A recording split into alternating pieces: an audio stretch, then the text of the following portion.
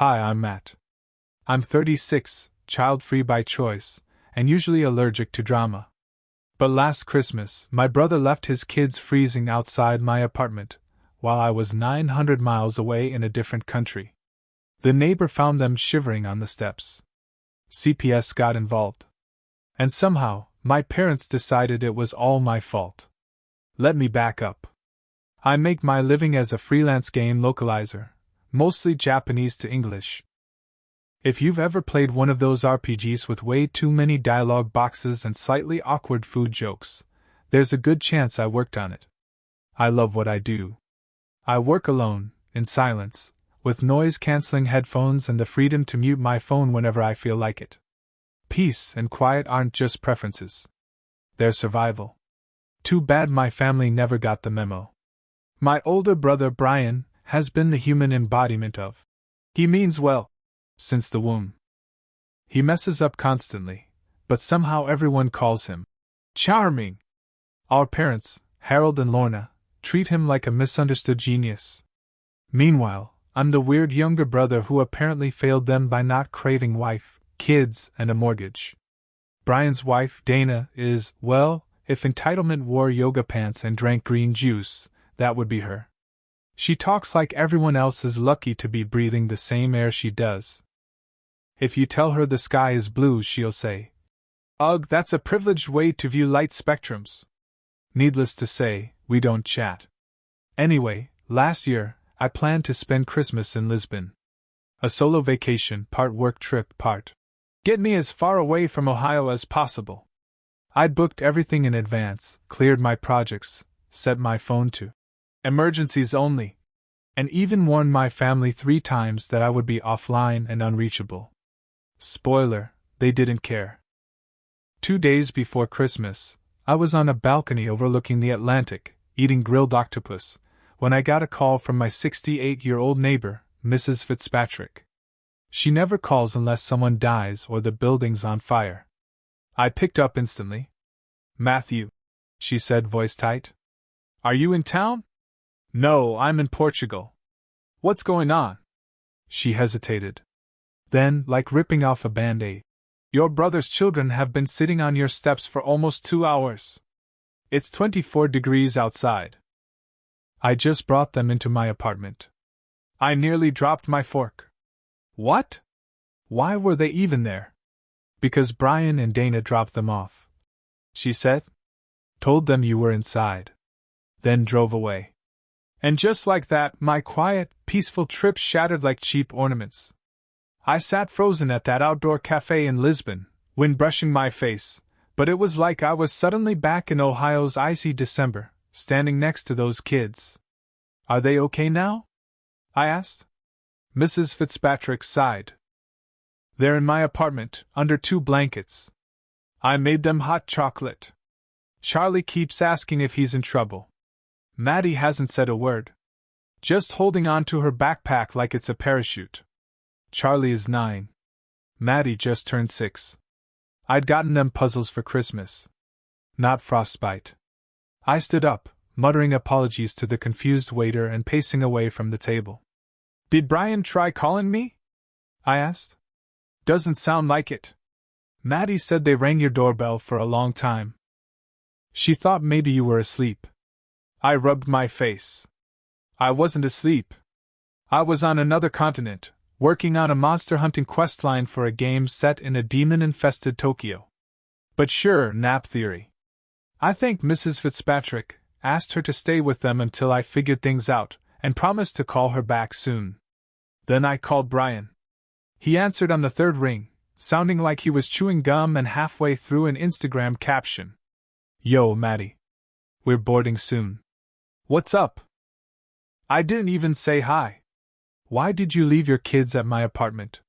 He paused for a second. "Wait, they're not inside?" "No. I'm not home. I'm in Lisbon. I told you this 3 times. Another pause. Longer this time. "Well, we figured you'd be around. You didn't call. You didn't check. You didn't even text me. We were late for our flight," he snapped, like that excuse literally abandoning his offspring in freezing weather. Traffic was brutal. Maddie forgot her headphones. Dana was having a meltdown over security lines. And so your solution was to treat my locked front door like a daycare drop box? Dana chimed in on speaker. Oh my God, Matt! They were outside for a little while. They're fine. Kids need to build resilience. Did you seriously just say that while boarding a business-class flight to Iceland? We deserve this trip, she snapped. You don't understand how hard we work. My voice went dead quiet. Your daughter couldn't feel her hands. Brian scoffed. Can't you just deal with this until we get back? I mean, they're already there. No, they're not. They're with Mrs. Fitzpatrick, because you left them in below freezing temperatures. Dana laughed. Are you seriously calling that old bat reliable? I hung up without another word. That night I called CPS. I wasn't going to wait around and let this turn into another. Oh, you should have told us you were serious. Moment. They left their children in the cold without checking if I was even in the country. This wasn't a misunderstanding. It was negligence. And I was done playing the role of the good son who just handles things. Next part's going to get worse before it gets better. The CPS dispatcher didn't even hesitate. The moment I said, 2 children, ages 6 and 9, were left outside in 24-degree weather for nearly 2 hours with no adult supervision. She shifted into gear like she'd heard this story way too many times. I gave her all the details, my name, address, the fact that I was overseas, how Mrs. Fitzpatrick had stepped in, how Brian and Dana were on a flight to Iceland and had no intention of turning around. I even gave her the kids' full names and birthdays because of course I knew them better than the people who left them on a stoop like forgotten packages. The dispatcher thanked me for reporting it. Said they were sending officers right away to confirm the kids' condition and speak to the neighbor. CPS would be looped in within the hour. By the time I called Mrs. Fitzpatrick back, she'd already made grilled cheese sandwiches and put on Home Alone 2 for them. They're okay now, she said softly. Maddie's warming up. Charlie keeps checking the door like someone's coming to take them back. He asked me if I was mad at them. That nearly broke me. They didn't do anything wrong, I said. They know that now, she replied. But they didn't earlier. 15 minutes later, 2 officers showed up. She put me on speaker. They were kind but thorough, asked the kids basic questions. Who brought you here? How long did you wait? What did they say? Charlie answered everything. Maddie stayed curled up with her blanket, nodding along. The officers called in the CPS caseworker. It didn't take long for them to decide Brian and Dana's parental privileges were on pause. With me out of town and my parents considered not neutral, due to prior concerns, I'll get to that dumpster fire later, the only option was Dana's parents. Thankfully, they lived nearby, had a stable record, and had no clue this was happening. By midnight, the kids were in the back of a CPS car headed to a warm guest room with people who actually gave a damn. The next morning, my phone lit up like a Vegas marquee. Brian. Dude, you went nuclear on us? Are you insane? Dana. We landed and had 6 missed calls from a caseworker. WTF did you do? Brian again. They said it's neglect. Our kids got taken. You better fix this. Then the cherry on top. Lorna, my mom. Matthew. We need to talk. You've embarrassed your entire family. Oh. There it is. The golden ticket of guilt. The matriarchal slap that means they've decided it's not about the kids anymore. It's about me being disloyal. I didn't respond. Because here's the truth, they weren't calling to understand. They were calling to control the fallout. Not to help. Not to apologize. Just to make sure I played damage control, again. Not this time. Next part gets messy. When I finally landed back in Cleveland 2 days after Christmas, it was snowing sideways. I stepped into my apartment building and was immediately greeted by a note taped to my door in frantic cursive.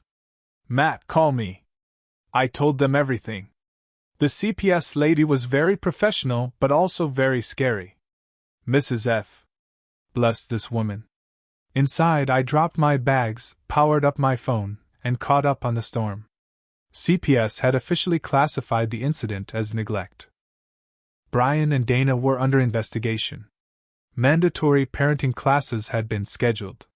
Supervised visitation was set to begin the following week. And the kids?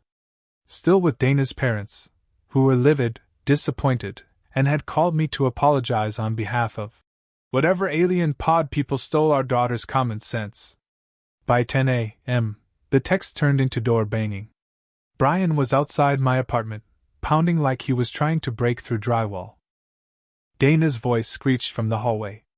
"Open up, Matt! We know you're in there!" I opened the door a crack, foot braced behind it. Brian lunged forward. "You need to explain this right now." "No," I said. "What I need is for you to stop trying to Kool-Aid man your way into my place." Dana shoved her face toward the gap. "We're this close to losing our kids. You left your kids on my doorstep without checking if I was home. They weren't in danger," she shrieked. "Maddie couldn't feel her fingers," I said. "But go off, Dana." Brian gritted his teeth. "We trusted you. You trusted me to magically be available, not because I said I was, but because you decided it was convenient for you." I snapped. Dana's face twisted. "We deserve a break. That trip was planned for months." "Cool," I said. "Next time, plan childcare too." Brian tried one more push through the door. "You're their uncle," he hissed. "Family helps family. And family doesn't treat kids like Amazon packages." I shot back. That shut him up for a second. Just a second. Then Dana said something that made my jaw actually clench. "We missed the northern lights because of you." "Oh, poor you. And your kids missed not getting hypothermia because of Mrs. Fitzpatrick," I said. "So maybe thank her before you go crying about auroras." They stormed off a few minutes later, Brian flipping me off, Dana muttering about suing me for emotional distress. Good luck with that. By the end of the day, the caseworker called me personally. "Thanks for staying cooperative," she said. "This isn't an isolated case. The kids mentioned other times they'd been left places without clear plans." "Figures," I said. "It was just the first time they got caught." She sighed. "Unfortunately, yeah." That night, I sat on my couch eating reheated rice and beans, watching snow pile up outside my window.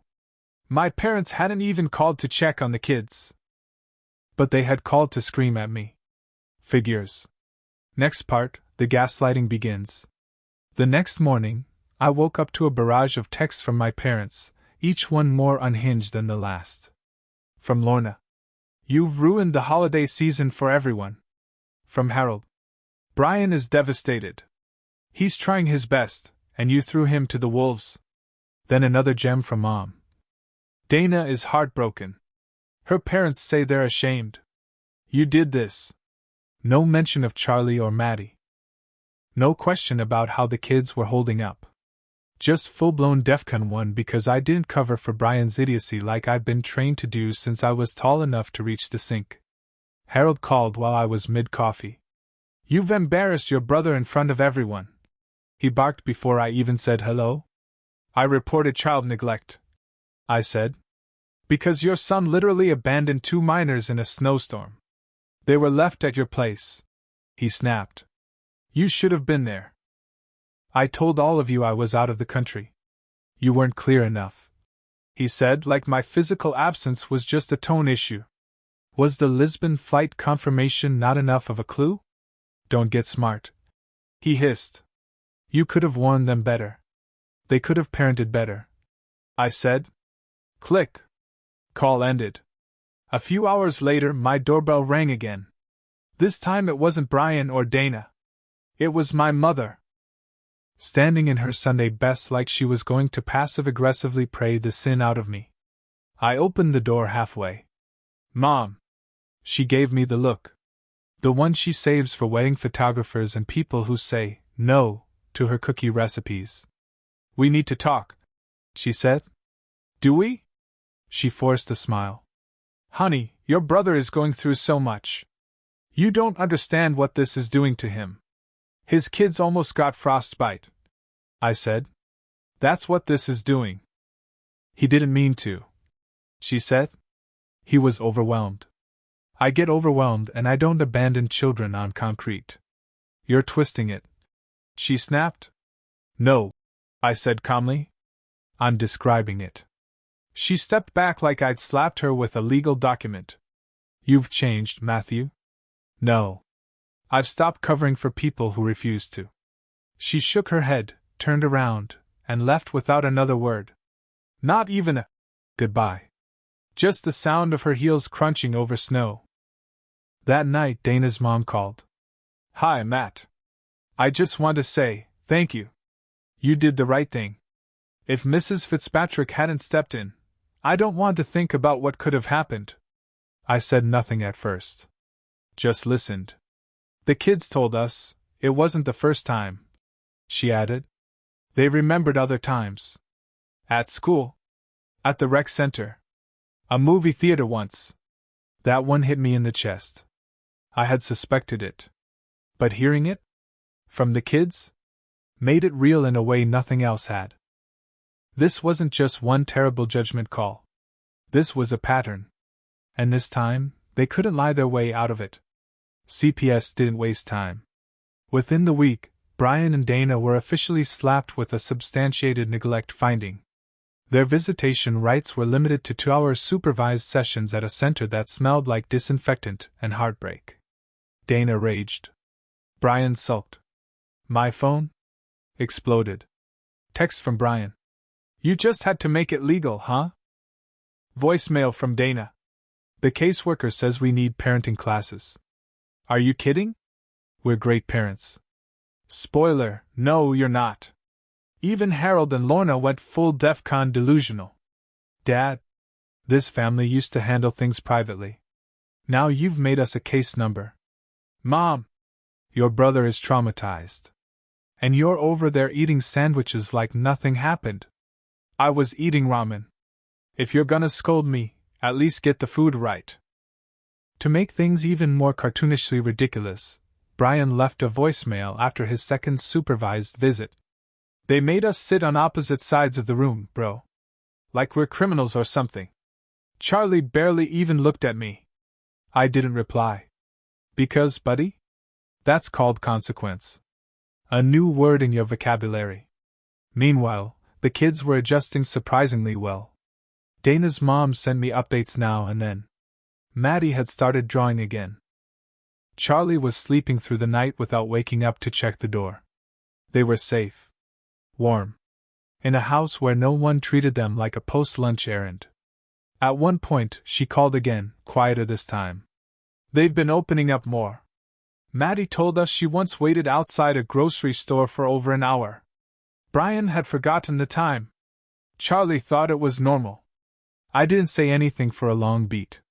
Then I muttered, I'm gonna need stronger coffee. She chuckled, but it was the kind of tired laugh people make when they've been crying off and on for hours. And for the record, she added, we're not letting them sweep this under the rug. Brian and Dana tried to blame you. Said you were spiteful. Vindictive. Shocking, I said flatly. We didn't believe them. Why not? Because Maddie drew a picture of your apartment, she said. With little hearts in the windows. She said that's where the safe place was supposed to be. That one got me. Not because it was sweet. Because it reminded me why I had to hold the line, even when my whole family wanted me to fold. These kids needed something the rest of us never got. Accountability. The family meltdown hit its boiling point exactly 9 days after the CPS report went official. Brian and Dana stormed into the visitation center again, this time yelling at the staff, accusing them of being biased and manipulative. According to one of the workers who called Dana an off-brand soap opera villain, they demanded a private visit, threatened legal action, and accused Charlie of being coached. Charlie is 9. He still says, sandwich. CPS flagged the outburst immediately. Dana's parents got a call that same evening. All future visits would require a third-party monitor, and any more incidents could jeopardize even supervised access. Their reaction? Dana launched into a screaming voicemail I played on speaker while brushing my teeth. This is all your fault. You poisoned everyone against us. You wanted this. You're jealous. Admit it. Jealous of what, exactly? The frostbite? The airport abandonment? The complete lack of responsibility? Hard pass. Meanwhile, my parents were deep into their Shakespearean tragedy arc. Mom started calling me by my full name in texts. That's never a good sign. Matthew John Callahan? This is not how you treat your brother. Matthew. Your father is having chest pains from all this stress. Matthew. This is breaking our family. Cool. Guess what wasn't mentioned in a single one of those messages? Charlie. Maddie. Or the fact that they were finally safe. That weekend, Mrs. Fitzpatrick invited me over for tea. She wanted to debrief and compare horror stories. I've seen bad parenting before, she said, sipping ginger tea like it was whiskey. But this? This was malicious and lazy. An impressive combo. She handed me a manila folder. Inside? A full statement she'd typed for CPS. Dated, signed, and brutally specific. She even included the timestamps from her Ring camera. Just in case they tried to worm out of anything. She said, your brother needs consequences. I raised 4 kids. Not once did I leave them outside like old furniture. I hugged her on the way out. She said she'd allow it just this once. That same day, Dana's dad called again. He sounded more tired than angry now. I don't think they get it, he said. Brian and Dana. They keep acting like this is a punishment you designed, instead of something they earned. They always do, I said. My whole life. They screw up. I get blamed. You've been solid through this, he said quietly. If it weren't for you and your neighbor. He didn't finish the sentence. He didn't have to. Because we both knew how much worse this could have gone. And how close it had come. Christmas came and went like snowfall that doesn't stick. No tree in my apartment. No gifts.